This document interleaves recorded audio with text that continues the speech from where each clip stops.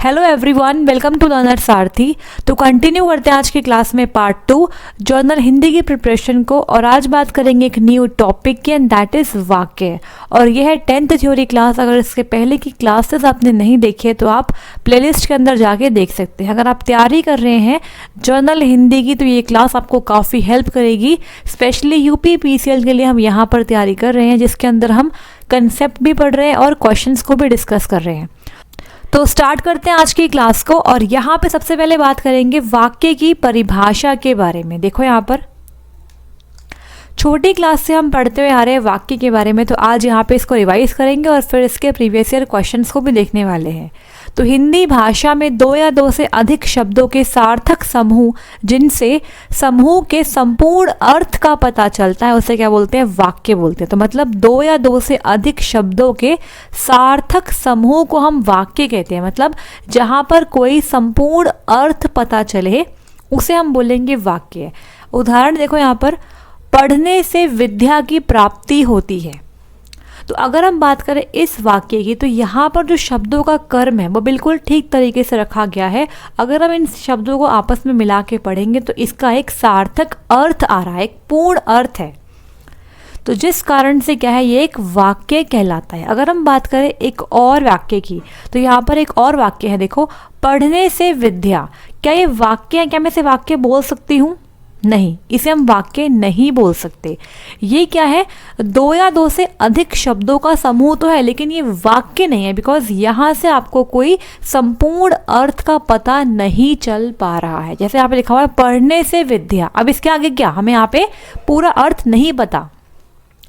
तो यहाँ पर जो शब्द है वो एक व्यवस्थित रूप से नहीं रखे गए हैं और यहाँ पर पूर्ण अर्थ नहीं मिल पा रहा है, तो इसलिए वाक्य नहीं है। इसे हम बोल सकते हैं क्या? ये शब्दों का समूह तो है, लेकिन ये वाक्य नहीं हो सकता। आई होप आपको यहाँ पर समझ में आ रहा है। बढ़ेंगे आगे और बात करेंगे वाक्य के अंग के बारे में। तो अगर क्वेश्चन में आता है कि वाक्य के कितने अंग है, तो आपको वहाँ पर 2 अंग पर टिक करके आना है। वाक्य के 2 अंग होते हैं। कौन कौन से वो 2 अंग हैं, उन्हें हम यहाँ पर फास्टली डिस्कस करेंगे। देखो यहाँ पर फर्स्ट है उद्देश्य एंड सेकेंड है विधेय। पहले बात करेंगे उद्देश्य के बारे में। तो वाक्य में जिसके बारे में बताया जाता है, मतलब जिसके बारे में हम बात कह रहे हैं, उसे हम बोलते हैं क्या? उद्देश्य। जैसे कि यहाँ पर उदाहरण है, राम खेलता है। तो आप देख रहे हो इस वाक्य में हम राम के बारे में बात कर रहे हैं। तो यहाँ पर जो राम है वो क्या है? आपका उद्देश्य है। और एक चीज़ और, यहाँ पे राम क्या है? कर्ता भी है। तो देखो, आसान शब्दों में समझा जाए तो वाक्य में मौजूद कर्ता को ही हम उद्देश्य कहते हैं। तो आप सिंपली याद रखिए कि जिसके बारे में बताया जाता है या फिर जिसकी बात हो रही है, उसी को हम बोलते हैं क्या? कर्ता, और उसी को हम उद्देश्य भी कहते हैं। नेक्स्ट यहाँ पर है विधेय। तो अगर हमने बात करी उद्देश्य की, तो देखो हमने जिसके बारे में बात करी वो तो उद्देश्य है, लेकिन जो बात करी हमने वो क्या होता है? विधेय। तो किसी वाक्य में उद्देश्य के बारे में जो कुछ भी बताया जाता है अथवा जो बात की जाती है उस पर्टिकुलर कर्ता या फिर उद्देश्य के बारे में, उसे हम बोलते हैं क्या? विधेय। तो यहाँ पर देखो उदाहरण है, राजेश पढ़ रहा है। तो यहाँ पर उद्देश्य तो राजेश है, लेकिन वो क्या कर रहा है? वो पढ़ रहा है। तो यहाँ पर पढ़ रहा है क्या हो गया? आपका विधेय हो गया। ठीक है, तो यहाँ पर जो पढ़ना है वो आपका विधेय है। आसान शब्दों में समझे तो वाक्य में मौजूद क्रिया को ही विधेय कहा जाता है। ठीक है, तो इस बात का ध्यान रखें कि विधेय के अंदर क्रिया अथवा क्रिया के विस्तारक दोनों को शामिल किया जा सकता है। तो पढ़ रहा है पूरा आपका क्या है? विधेय है। आई होप आपको यहाँ पर वाक्य के 2 अंग भी समझ में आ गए होंगे। तो आपको डायरेक्टली एक सेंटेंस देकर पूछ सकते हैं कि इस पर्टिकुलर वाक्य में उद्देश्य क्या है या फिर विधेय क्या है। तो आपको इसका आंसर सही से करके आना है। अब बढ़ेंगे आगे, बात करेंगे यहाँ पर वाक्य के भेद के बारे में। तो यहाँ पर 2 आधार हैं जिन पे हमने वाक्यों को बांटा हुआ है। देखो यहाँ पर, तो वाक्य के हम 2 तरीके से भेद या प्रकार बता सकते हैं। पहले, अर्थ के आधार पर वाक्य के 8 भेद है। आपको इसके नंबर को भी याद करना है, स्टार मार्क कर रहे हो, कई बार डायरेक्टली नंबर से क्वेश्चन आता है। और रचना के आधार पर वाक्य के कितने भेद है? 3 भेद है। तो आपको ये नंबर याद करना है कि रचना के आधार पर तो 3 भेद है और अर्थ के आधार पर 8 भेद होते हैं। तो पहले बात करेंगे अर्थ के आधार पर जो 8 प्रकार होते हैं उनको हम डिस्कस करेंगे। तो पहला क्या है, विधानवाचक वाक्य, दूसरा है इच्छावाचक, तीसरा है संकेतवाचक, संदेहवाचक, आज्ञावाचक, निषेधवाचक, प्रश्नवाचक और अंत में है विस्मयवाचक या फिर विस्मयादिवाचक वाक्य। तो यहाँ पे स्टार्ट करते हैं विधानवाचक वाक्य के साथ। तो देखो यहाँ पर सबसे पहले बात करेंगे विधानवाचक वाक्य के बारे में। तो वह वाक्य जिससे किसी प्रकार की जानकारी प्राप्त होती है उसे हम बोलते हैं विधानवाचक वाक्य। बहुत ही साधारण सा वाक्य जहाँ पर आपको किसी भी चीज़ के बारे में जानकारी मिलती है उसे हम बोलते हैं विधानवाचक वाक्य। जैसे यहाँ पे लिखा हुआ है, विधानवाचक वाक्य में किसी काम के होने अथवा किसी चीज़ के अस्तित्व का बोध होता है। ठीक है, मतलब कोई काम हो रहा है या फिर कोई चीज़ अस्तित्व में है तो उसका यहाँ पर पता चलता है।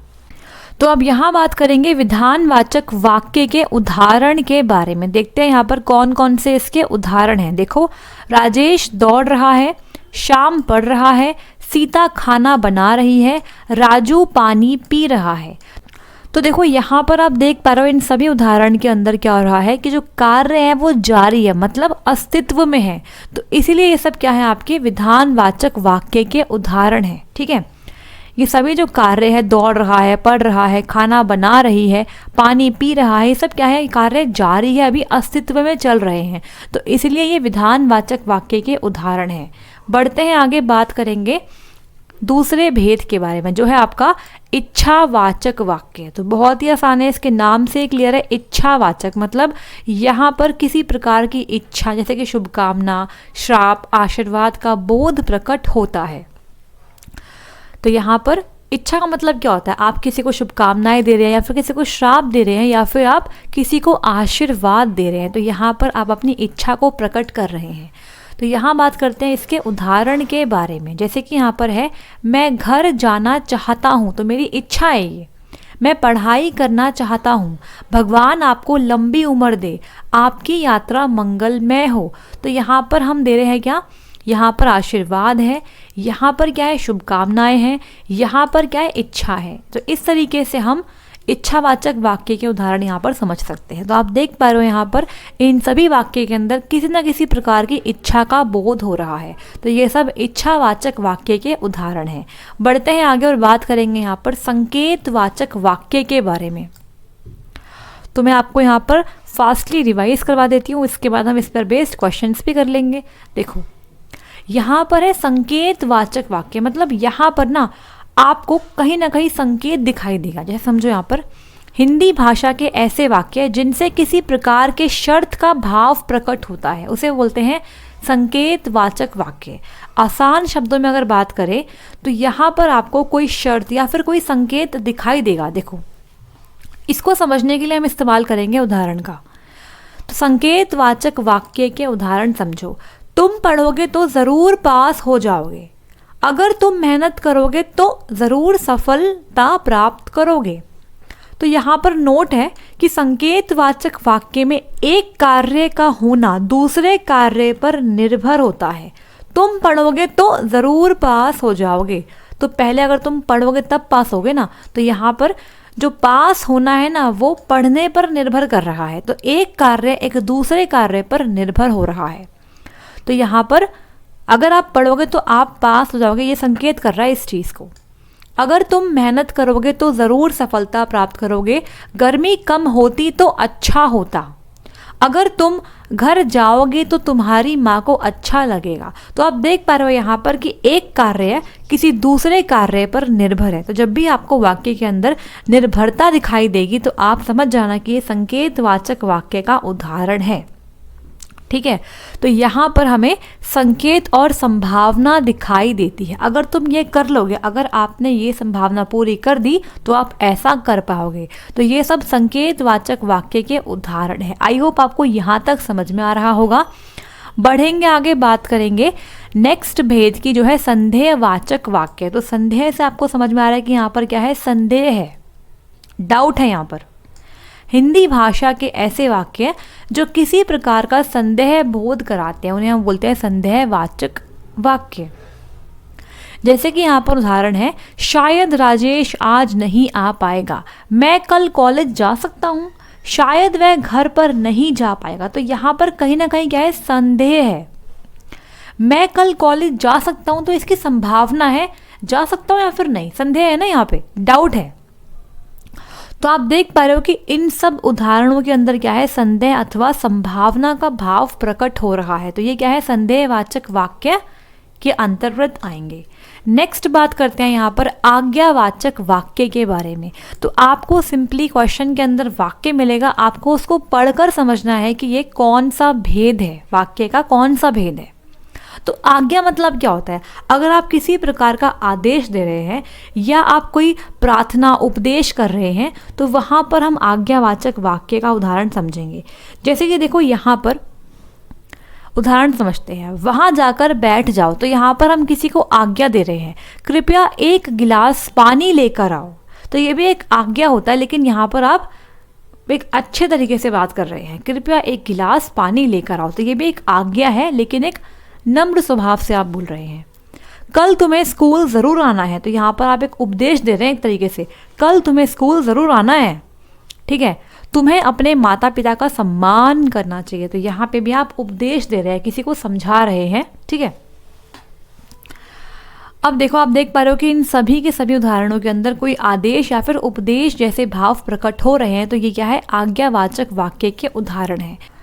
बढ़ते हैं आगे और बात करेंगे नेक्स्ट भेद के बारे में। तो आई होप आपको यहाँ तक सब कुछ समझ में आया है। अगर नहीं आता है कहीं पर भी तो आप डेफिनेटली कमेंट बॉक्स में कमेंट करके बता सकते हैं, ठीक है। तो यहाँ पर हम 6th भेद डिस्कस करेंगे, निषेधवाचक वाक्य को। तो यहाँ देखो, जहाँ पर क्रिया के ना होने का बोध होता है उसे हम बोलते हैं क्या, निषेधवाचक वाक्य। तो वो वाक्य जहाँ पर किसी कार्य के ना होने का भाव प्रकट होता है उसे बोलेंगे निषेध। मतलब क्या, रोक, यहाँ पर रोक है। निषेधवाचक वाक्य के अंतर्गत नकारात्मक बातें आती है, इसे आप नोट करिए।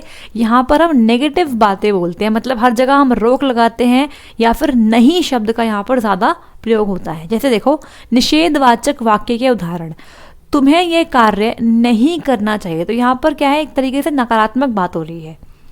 तुम कल स्कूल मत आना। तो यहाँ पर नहीं तो नहीं है, बट यहाँ मत लिखा हुआ है, तो मत भी आपको एक नकारात्मक ही बता रहा है, नकारात्मक ही बात है ये भी। नेक्स्ट यहाँ पर है, मैं खाना नहीं खाऊंगा। तो आप देख पा रहे हो यहाँ पर जो कार्य है वो नहीं हो पा रहा है। मैं खाना नहीं खाऊंगा, मत जाना, नहीं करना चाहिए। तो यहाँ पर जो क्रिया है वो हो नहीं पा रही है, इसे बोलते हैं निषेधवाचक वाक्य। आई होप आपको ये भी समझ में आ गया। बढ़ते हैं आगे, बात करेंगे नेक्स्ट भेद के बारे में, जो है प्रश्नवाचक वाक्य। देखो, हिंदी भाषा के ऐसे वाक्य जिसमें किसी प्रकार का प्रश्न का बोध प्रकट होता है, मतलब कोई क्वेश्चन अगर पूछते हैं हमसे वाक्य के अंदर तो वो आपके होते हैं प्रश्नवाचक वाक्य। अब देखो, यहाँ पर उदाहरण है, बहुत सिंपल है। यहाँ पे तो आप वाक्य के अंत में ये जो क्वेश्चन मार्क का सिंबल है इसको देखकर भी पहचान सकते हो। तो प्रश्नवाचक चिन्ह यहाँ पर दिया हुआ है। तुम पढ़ना क्यों चाहते हो, तुम दिल्ली क्यों जाना चाहती हो, क्या तुम्हें संगीत सुनना पसंद है, तुम्हारा घर कहाँ है। तो यहाँ पर क्या है, सभी में प्रश्न पूछने का भाव प्रकट हो रहा है। तो ये हो गया आपका प्रश्नवाचक वाक्य। तो बहुत ही आसान सभी भेद, आपको बस यहाँ पे इनमें डिफरेंस समझना है। बढ़ेंगे आगे और बात करेंगे आखिरी भेद के बारे में, जो है विस्मयवाचक वाक्य या फिर विस्मयादिवाचक वाक्य। तो यहाँ पर कौन से भाव होते हैं, यहाँ पर होते हैं गुस्से का भाव, ईर्ष्या का भाव, आश्चर्य का भाव। तो ये सारे भाव यहाँ पर प्रकट होते हैं। जैसे यहाँ पर देखो उदाहरण, अरे आप यहाँ क्या कर रहे हैं, हे भगवान वह कैसे बच गए, अरे तुम यह काम भी करते हो। तो यहाँ पर आप देख पा रहे हो कि आश्चर्य हो रहा है या फिर आपको ईर्ष्या हो रही है या किसी पर गुस्सा आ रहा है। तो ये सारे भाव आपके आएंगे विस्मयादिवाचक वाक्य के अंतर्गत। आई होप आपको यहाँ तक सभी भेद समझ में आ गए। तो अर्थ के आधार पर वाक्य के 8 भेद हम समझ चुके हैं। तो अगर आपको क्लास अच्छी लग रही है तो सभी के सभी शेयर कर दो इस क्लास को अपने सभी दोस्तों के साथ और लाइक कर दीजिए। और अगर आप न्यू हैं तो चैनल को सब्सक्राइब कर लीजिए ताकि आपको आगे आने वाली सभी क्लासेस का नोटिफिकेशन टाइमली मिल जाए। तो बढ़ेंगे आगे और बात करेंगे यहाँ पर रचना या फिर प्रयोग के आधार पर वाक्य के भेद। तो रचना बोलो या फिर प्रयोग एक ही बात होती है, ठीक है। देखो यहाँ पर हम जानते हैं कि रचना और प्रयोग के आधार पर वाक्य के कुल 3 भेद होते हैं, 3 प्रकार होते हैं, और यहीं से मैक्सिमम क्वेश्चन एग्जामिनेशन में देखे जाते हैं। तो ये आपको ध्यान से पढ़ना है, ट्रिपल स्टार मार्क कर लो, यहाँ से प्रीवियस पेपर में क्वेश्चन आया हुआ है। तो वो 3 भेद कौन से हैं? सरल अथवा साधारण वाक्य, संयुक्त वाक्य और मिश्र अथवा मिश्रित वाक्य। ये तीनों का आपको ज्ञान होना चाहिए इसके अंदर। अब देखो यहाँ पर फर्स्ट है सरल और साधारण वाक्य। समझना ध्यान से इसको, यहाँ पर डाउट कई बार हो जाता है। तो हिंदी भाषा में ऐसे वाक्य जिसमें सिर्फ एक ही उद्देश्य हो और एक ही विधेय हो, और उद्देश्य और विधेय हमें पढ़ के आ चुके हैं, आपको पता है वो क्या होते हैं, ठीक है। तो वो वाक्य कहलाते हैं क्या? सरल वाक्य। तो इसकी पहचान क्या है कि सिर्फ एक ही उद्देश्य है और एक ही विधेय है। दूसरी बात यहाँ पे ये होती है, इसमें एक ही क्रिया होती है जो कि मुख्य क्रिया होती है। इसमें उपवाक्य नहीं होते हैं, सिर्फ एक ही वाक्य है, उपवाक्य यहाँ पर नहीं होते, मतलब वाक्य के अलग अलग पार्ट्स यहाँ पे नहीं होते, सिर्फ एक ही वाक्य यहाँ पर होता है। जैसे यहाँ पे उदाहरण है, राम गेंद से खेलता है। तो यहाँ पर देखो राम क्या है? उद्देश्य, और गेंद से खेलता है, ये क्या बन गया आपका? विधेय। रावण तीनों लोगों का स्वामी बनना चाहता था। तो यहाँ पर रावण क्या है? आपका उद्देश्य, और बाकी सब कुछ क्या है? आपका विधेय है। वह प्रतिदिन घर का कार्य करने के बाद भी समय पर कार्यालय पहुंचती है। अब कई बार क्या होता है, स्टूडेंट्स को डाउट होता है कि सरल वाक्य मतलब होता है छोटा सिंपल वाक्य, तो वहां पर वो सोचते हैं कि अगर इतना बड़ा वाक्य है एग्जामिनेशन के अंदर तो वो तो सरल होगा ही नहीं, वो तो संयुक्त या मिश्रित होगा। बट ये सोच गलत है। यहाँ लिखा है मैंने कि ये आवश्यक नहीं है कि सरल वाक्य छोटे ही होते हैं, ये लंबे भी हो सकते हैं। आप बस ये देखो कि क्या इसमें एक उद्देश्य है? हाँ है। क्या इसमें एक विधेय है? हाँ है। और क्या इसमें मुख्य क्रिया हो रही है और एक क्रिया हो रही है? तो बिल्कुल ये आपका सरल वाक्य ही कहलाएगा। जैसे यहाँ पे लिखा हुआ है, वह प्रतिदिन घर का कार्य करने के बाद भी समय पर कार्यालय पहुंचती है। तो यहाँ पर हम वह की बात कर रहे हैं, वह क्या है? उद्देश्य, और जो बात कर रहे हैं ना वो सिर्फ एक ही बात है, तो ये एक ही विधेय है। और यहाँ पर क्रिया क्या है कि वो काम करने के बाद पहुंचती है, तो पहुंचना इसकी क्रिया हो गया। तो आई होप आपको यहाँ पर समझ में आया। बढ़ते हैं आगे और बात करेंगे अगले वाक्य के भेद के बारे में, जो है संयुक्त वाक्य। तो देखो यहाँ पर संयुक्त वाक्य क्या होते हैं समझते हैं पहले इसको। देखो, संयुक्त वाक्य में 2 या 2 से अधिक स्वतंत्र वाक्य योजक चिन्हों के द्वारा जुड़े रहते हैं। यहाँ पर क्या है? एक वाक्य नहीं है, एक से अधिक वाक्य, मतलब 2 या 2 से अधिक वाक्य हैं, और दोनों वाक्य क्या है? आपके स्वतंत्र हैं। याद रखिए, जो वाक्य यहाँ पर अलग अलग हैं वो स्वतंत्र है, मतलब वो अकेले भी पूरे हैं, वो किसी पर निर्भर नहीं है। क्लियर हो गया? और ये जो वाक्य है ये योजक चिन्हों से एक दूसरे से जुड़े रहते हैं। अब वो योजक चिन्ह कौन से, पहले ये समझते हैं। जैसे कि किंतु, परंतु, और, तथा, इसलिए, या, अथवा, अन्यथा, अतः, ये सब क्या है? वो योजक शब्द हैं जो संयुक्त वाक्य के अंतर्गत आते हैं। अब देखो यहाँ पर योजक शब्द समुच्चय बोधक अव्यय होते हैं। तो यहाँ पर जो योजक शब्द है ना, ये आपके समुच्चय बोधक अव्यय हैं। अब समुच्चय बोधक अव्यय आपको अगर नहीं पता तो थोड़ा सा वेट कर लीजिए, जब अव्यय डिस्कस करेंगे तो आपको बता दूंगी कि समुच्चय बोधक अव्यय क्या होते हैं। अभी के लिए आपको बस याद करना है कि कौन कौन से योजक चिन्ह यहाँ पर हम यूज करते हैं संयुक्त वाक्य के अंतर्गत। तो यहाँ पर देखो उदाहरण, मुझे बुखार था इसलिए मैं विद्यालय नहीं जा सका। अब देखो, आप अगर आपको पहचानना है तब क्या करेंगे, आप ना इस शब्द के बिना इसे बोलिए, मुझे बुखार था। तो मतलब ये जो सेंटेंस है, जो वाक्य, ये इटसेल्फ क्या है? इंडिपेंडेंट है, कंप्लीट है। मुझे बुखार था, ये वाक्य पूरा है, स्वतंत्र है। इसलिए मैं विद्यालय नहीं जा सका, अगर मैं इसलिए हटा दूं, यहाँ बोलूं मैं विद्यालय नहीं जा सका, तो ये भी क्या है? ये वाक्य पूरा है, ये भी स्वतंत्र है। तो इन 2 स्वतंत्र वाक्यों को जोड़ने के लिए हमने बीच में जिस योजक चिन्ह का इस्तेमाल किया उसे हम बोलते हैं समुच्चय बोधक अव्यय। और ये जो वाक्य बन गया पूरा, ये बन गया संयुक्त वाक्य। ठीक है। अब देखो यहाँ पर एक और उदाहरण है, वह बाजार गया और उसने सामान खरीदा। तो यहाँ पर वह बाजार गया एक अलग वाक्य है जो एक इंडिपेंडेंट वाक्य है, और उसने सामान खरीदा, ये भी एक इंडिपेंडेंट वाक्य है। इनको जोड़ने के लिए हमने और का यूज़ किया है यहाँ पर। मजदूर मेहनत करता है परंतु उसे लाभ नहीं मिलता, तो यहाँ पर आप देख पा रहे हो कि दोनों क्या है, इंडिपेंडेंट या फिर स्वतंत्र वाक्य है। बादल घिरे तथा अंधेरा छा गया, मैंने उसकी बहुत प्रतीक्षा की किंतु वह नहीं आया। तो यहाँ पर आप देख पा रहे हो कि सभी जो वाक्य हैं वो स्वतंत्र है, इंडिपेंडेंट है, उनको आपस में जोड़ने के लिए हमने योजक चिन्ह का यूज़ किया। तो ये सब जो वाक्य हैं वो आपके संयुक्त वाक्य के अंतर्गत आते हैं। अब बढ़ेंगे आगे और बात करेंगे मिश्रित या फिर मिश्र वाक्य के बारे में।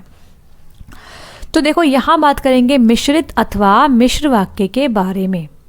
ये काफ़ी इम्पॉर्टेंट है, यहाँ पे आपको अच्छे से क्लियर हो जाएगा। देखो यहाँ पर मिश्र वाक्य में एक से अधिक उपवाक्य होते हैं। मतलब यहाँ पर क्या होते हैं कि वाक्य के अंदर भी अलग अलग जो पार्ट्स होते हैं उन्हें हम बोलते हैं उपवाक्य। सब पार्ट्स ऑफ वाक्य आर कॉल्ड उपवाक्य, ऐसे मान लीजिए। अब देखो इस प्रकार के वाक्य में एक होता है प्रधान उपवाक्य, और जो बाकी बच गए वो होते हैं शेष क्या होते हैं, अन्य उपवाक्य। ठीक है, एक आपका हो गया प्रधान उपवाक्य और बाकी आपके हो गए अन्य उपवाक्य, जो क्या होते हैं प्रधान उपवाक्य पर डिपेंडेंट है, मतलब आश्रित है। यहाँ पर इंडिपेंडेंसी नहीं है, यहाँ पर क्या है, डिपेंडेंसी है। ठीक है, जो उपवाक्य आश्रित होते हैं उन्हें हम बोलते हैं क्या, आश्रित उपवाक्य। तो यहाँ पर अगर एक से अधिक उपवाक्य हैं तो उनमें से एक तो हो गया प्रधान और बाकी सभी हो गए आश्रित उपवाक्य। ठीक है, अब देखो यहाँ पर जो योजक चिन्ह का यूज करते हैं वो कौन कौन से हैं, जो, जब, तब, जहाँ, वहाँ, की, क्योंकि, अगर, यदि। तो ये सब होते हैं मिश्रित अथवा मिश्र वाक्य के अंतर्गत आने वाले योजक चिन्ह। अब यहाँ पर देखते हैं उदाहरण। देखो जब गीता ने मेहनत करी, अगर आपको मिश्र वाक्य पहचानना है तो आप देखो यहाँ पर ना जो पहला आपका वाक्य होगा उपवाक्य होगा, मतलब वो ना कोई जिज्ञासा आपके मन में छोड़ देगा। उसे कंप्लीट करने के लिए आपको अन्य उपवाक्य जोड़ना ही पड़ेगा, अथवा आपको यहाँ पर समझ नहीं आएगा कि यहाँ पे हुआ क्या। जैसे कि यहाँ पर देखो उदाहरण क्या है, जब गीता ने मेहनत करी। अगर मैं इसे पूरे काट दूँ, इसे काट देती हूँ, देखो जब गीता ने मेहनत की तो क्या मतलब है इसका। हाँ, यहाँ पर कोई जिज्ञासा से रह गई कि भाई क्या हुआ उसके बाद, जब उसने मेहनत करी तो क्या हुआ। तो यहाँ पर एक जिज्ञासा से इसने छोड़ दी है, तो इसको पूरा करने के लिए मुझे अन्य उपवाक्य को लिखना ही पड़ेगा। तब वह प्रथम आई, तो जब मैंने पूरा वाक्य बोला तब समझ में आया कि यहाँ पर क्या बात हो रही है। तो इट मीन्स ये क्या है, मिश्रित या फिर मिश्र वाक्य है। अगर मैं बात करूँ इसकी, देखो मुझे बुखार था, तो ये जो वाक्य है कंप्लीट है इटसेल्फ, मुझे बुखार था। लेकिन जो ये वाक्य है, जो उपवाक्य है, जब गीता ने मेहनत की, तो यहाँ पे क्या हुआ मैं नहीं पता।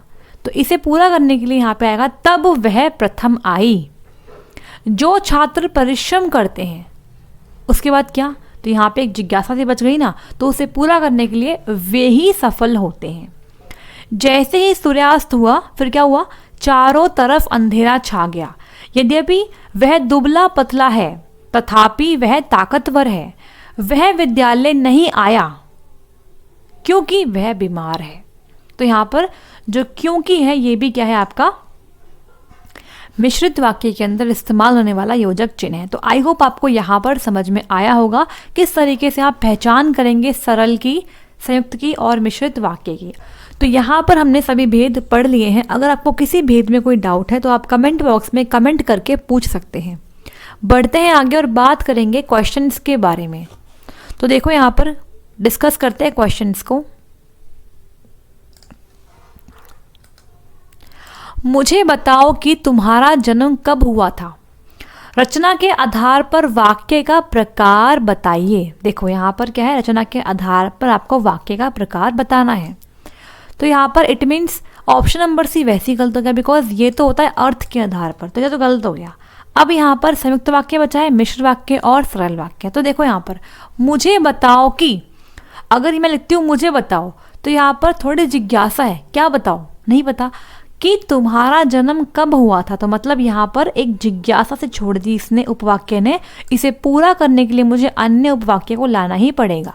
तो यहाँ पर यह है मिश्र वाक्य। ठीक है, यहाँ पर क्या है, मिश्र वाक्य है। तो आई होप आपको यहाँ पर समझ में आ गया। अब देखो यहाँ पे नेक्स्ट क्वेश्चन क्या है, निम्नलिखित वाक्य को मिश्र वाक्य में परिवर्तित करें। तो यहाँ पर एक वाक्य हमें इसे मिश्र वाक्य में परिवर्तन करना है। तो आप जानते हैं मिश्र वाक्य में क्या होता है, आपको यहाँ पर निर्भरता दिखानी होती है, मतलब डिपेंडेंसी दिखानी होती है। जिसका मुझे भय था वही हुआ। तो यहाँ पर ऑप्शंस है, दिए हुए वाक्य में परिवर्तन संभव नहीं है, जो मुझे हुआ है वह भय है। तो ये तो आपका सरल वाक्य है। वही हुआ जिसका मुझे भय लगा हुआ था, ये भी क्या है, आपका संयुक्त वाक्य है। वही हुआ जिसका मुझे भय था, ये भी सरल वाक्य है। इट मीन्स यहाँ पर कोई सा भी सेंटेंस क्या है, आपका मिश्र वाक्य नहीं है। तो यहाँ पर ऑप्शन नंबर जो 1 है बिल्कुल ठीक हो जाएगा कि दिए गए वाक्य में परिवर्तन करके हम नहीं बना सकते इसको मिश्र वाक्य। ठीक है, तो यहाँ पे ऑप्शन नंबर ए बिल्कुल ठीक है। आप देख पा रहे हैं यहाँ पर सेकंड में क्या है, जो मुझे हुआ है वह भय है। ये तो आपका क्या है, सरल वाक्य है। वही हुआ जिसका मुझे भय लगा हुआ था, तो ये तो आपका बन गया क्या, संयुक्त वाक्य। वही हुआ जिसका मुझे भय था, तो ये भी आपका एक तरीके से संयुक्त वाक्य हुआ। तो यहाँ पर मिश्र वाक्य नहीं बना सकते हम। ठीक है, ऑप्शन नंबर ए बिल्कुल ठीक है। बढ़ते हैं आगे, बात करेंगे नेक्स्ट क्वेश्चन की। निम्नलिखित वाक्य को संयुक्त वाक्य में परिवर्तित करें। पढ़ने के अतिरिक्त वह लिखता भी है। तो यहाँ पर ये एक सरल वाक्य है, इसको हम कैसे बदलेंगे, देखो ऑप्शंस क्या है। वह पढ़ाई लिखाई कर लेता है, तो यहाँ पर सरल वाक्य है ये। नेक्स्ट, वह पढ़ाई लिखाई करता रहता है, ये भी सरल वाक्य है। दिए हुए वाक्य में परिवर्तन संभव नहीं है, या फिर वह केवल पढ़ता ही नहीं बल्कि लिखता भी है, तो यहाँ पर ये बिल्कुल ठीक है। ये बन गया आपका संयुक्त वाक्य। ठीक है, तो यहाँ पे बल्कि जोड़कर हम संयुक्त वाक्य को बना सकते हैं। तो आई होप आपको यहाँ पर समझ में आ गया होगा कि इसका आंसर ऑप्शन नंबर डी होगा। बढ़ते हैं आगे, बात करेंगे अगले क्वेश्चंस के बारे में। देखो तो फर्स्ट है यहाँ पर, दीपक जला और अंधेरा नष्ट हुआ। आप देख पा रहे हो यहाँ पर हमने और योजक चिन्ह का इस्तेमाल किया है, तो यहाँ पर ये क्या है, आपका संयुक्त वाक्य का उदाहरण है। यहाँ पर दीपक जला एक इंडिपेंडेंट वाक्य है और अंधेरा नष्ट हुआ ये भी एक इंडिपेंडेंट वाक्य है। नेक्स्ट यहाँ पर, जब तक तुम जाओगे नहीं तब तक वह नहीं आएगा। तो यहाँ पर जब तक तब तक क्या है, ये मिश्रित वाक्य है। ठीक है, नेक्स्ट यहाँ पर, चिड़िया चहचहाते हुए धीरे से उड़ गई। तो बहुत ही आसान सा क्वेश्चन है, इसका आंसर आप होमवर्क में करेंगे कमेंट बॉक्स के अंदर। नेक्स्ट यहाँ पर, मैंने दूध नहीं पिया, ये कैसा वाक्य है, आज्ञावाचक है, इच्छावाचक है, प्रश्नवाचक या फिर निषेधवाचक। तो यहाँ पर क्या आ गया, नहीं आ गया, मतलब नकारात्मक बात आ गई, तो यह है निषेधवाचक। नेक्स्ट यहाँ पर है, भगवान तुम्हें लंबी उम्र दे। तो यहाँ पर क्या हो रहा है, यहाँ पर हम एक इच्छा कर रहे हैं ना, भगवान तुम्हें लंबी उम्र दे। ऑप्शन नंबर सी यहाँ पर बिल्कुल ठीक है, ये इच्छावाचक वाक्य का उदाहरण है। नेक्स्ट, शायद शाम को वर्षा हो जाए। तो शायद मतलब यहाँ पर हमें संदेह है, यहाँ पर हमें डाउट है, तो यह है संदेहवाचक वाक्य का उदाहरण। ठीक है, बढ़ते हैं आगे। देखो, वाह कितना सुंदर दृश्य है।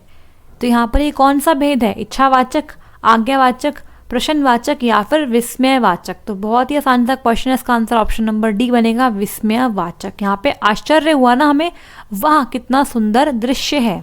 नेक्स्ट, यदि परिश्रम करोगे तो सफल हो जाओगे। अब यहाँ पर इनमें से कौन सा आपका भेद है, आप बताएंगे कमेंट सेक्शन के अंदर। अगर आपने आज की क्लास सही से ली है तो इस क्वेश्चन का आंसर डेफिनेटली आप कर पाएंगे। नेक्स्ट क्वेश्चन है, मोहन तुम बैठकर पढ़ो। तो यहाँ पर ये भी होमवर्क क्वेश्चन है। और नेक्स्ट क्या है, वर्षा हो रही है, विधानवाचक है, निषेधवाचक, आज्ञावाचक या फिर प्रश्नवाचक। ये भी आपका होमवर्क क्वेश्चन है। तो आज मैंने आपको 1, 2, 3 और एक 4th 4 क्वेश्चन होमवर्क में दिए हैं, और इन चारों क्वेश्चन के आंसर मैं कमेंट बॉक्स में सभी से एक्सपेक्ट कर रही हूँ। तो आई होप सभी इन क्वेश्चंस के आंसर कमेंट बॉक्स में करेंगे। ठीक है, नेक्स्ट क्लास में हम स्टार्ट करेंगे पदबंध। ठीक है, नेक्स्ट क्लास में स्टार्ट करेंगे पदबंध, और पदबंध के बाद हम स्टार्ट कर देंगे क्या, पदबंध के बाद हम स्टार्ट करेंगे मुहावरे। तो आई होप आपको हिंदी की क्लास समझ में आ रही है। अगर समझ में आती है तो आप सभी के साथ शेयर करें और क्लास को लाइक करें, और अगर न्यू हैं तो सब्सक्राइब कर लीजिए लर्नर सारथी चैनल को। मिलेंगे नेक्स्ट क्लास के अंदर, और वाक्य टॉपिक की जो PDF है वो आपको कल तक मिल जाएगी टेलीग्राम चैनल पे। अगर ज्वाइन नहीं किया है तो ज्वाइन कर लीजिए, लिंक डिस्क्रिप्शन बॉक्स में गिवन है, वहाँ से आप ज्वाइन कर लीजिए और प्रीवियस क्लास की सभी PDF आपको वहीं पर ही मिल जाती है। थैंक यू सो मच, मिलते हैं नेक्स्ट क्लास के अंदर।